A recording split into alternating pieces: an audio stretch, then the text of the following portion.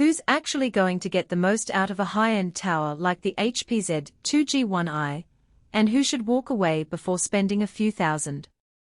If you're trying to decide whether this machine is a sensible purchase for a normal everyday workflow, or if you're a specialty user who needs a little extra horsepower, keep listening.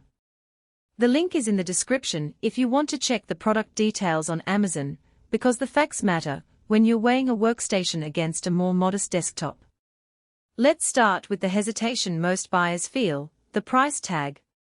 A tower equipped with an Intel Core Ultra 9285K, 32GB of RAM, and an 8GB NVIDIA card is not cheap, and the temptation is to wonder if you're paying for a brand name or for real productivity gains.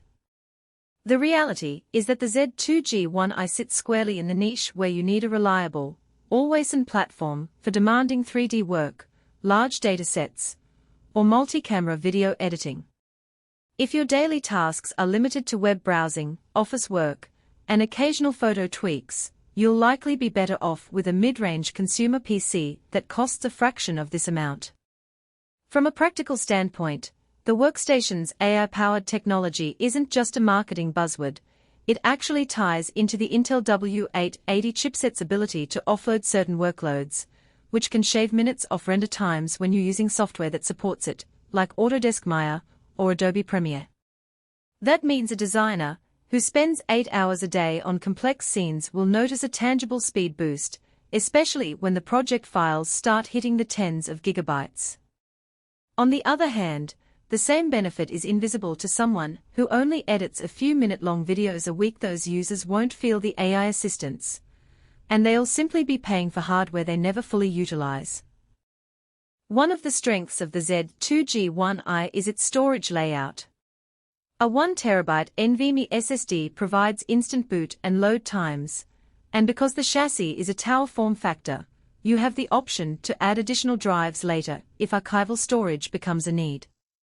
I've seen professionals who keep the SSD for active projects and slot a larger SATA HDD for raw footage or backup archives without crowding the interior. The 32GB of DDR5 RAM is ample for multitasking, but the real advantage appears when you run virtual machines or heavy simulations that require large memory footprints.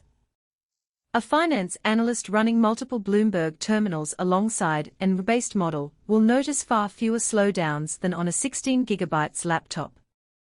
There are, however, some hidden trade-offs that only become clear after you unpack the box. First, the workstation is a fairly bulky tower, and while the design is sleek, the dimensions mean it needs a dedicated desk space with decent ventilation. If you're working from a cramped home office, you'll have to plan for a larger footprint. Second, the included English keyboard is a standard full-size model, but it lacks the tactile feedback of a mechanical keyboard, which many creative professionals prefer for long typing sessions. This isn't a flaw in the PC itself, just a reminder that the peripheral ecosystem may need an upgrade if you're particular about key feel. Another practical point is the operating system. Windows 11 Pro ships pre-installed, and for most business users that's a plus, especially with built-in security features like BitLocker and enhanced device management. Yet, if you're accustomed to Windows 10 or a macOS workflow, there will be a short adjustment period. The upgrade process itself is painless, but you'll need to verify that all your existing plugins and drivers are certified for the new OS version before you dive into a critical project. Now let's talk about who should actually buy this machine. If you're a freelance visual effects artist, an architect who regularly renders high-resolution models, or a data scientist juggling large-scale machine learning experiments, the combination of the Ultra 9 CPU, dedicated 8GB GPU, and generous SSD space translates into day-to-day time savings that can justify the investment.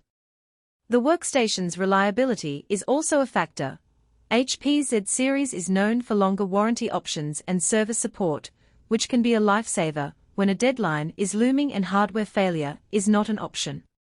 Conversely, if your work revolves around spreadsheets, email, and occasional video calls, you'll probably be overpaying. Even light photo editing in Lightroom can run smoothly on a lower-tier system, with a modest mid-range GPU.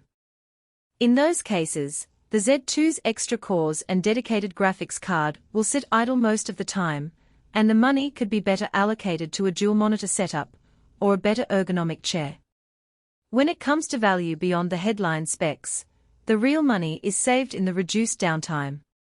Because the Z2 G1i is built for 24/7 operation, you won't find the same thermal throttling issues that sometimes plague compact consumer PCs.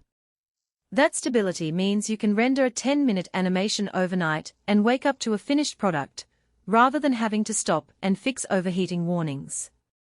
For a studio that relies on batch processing, that reliability is priceless. In terms of weaknesses, the power consumption is noticeable. The Core Ultra 9 chip and the 8 GB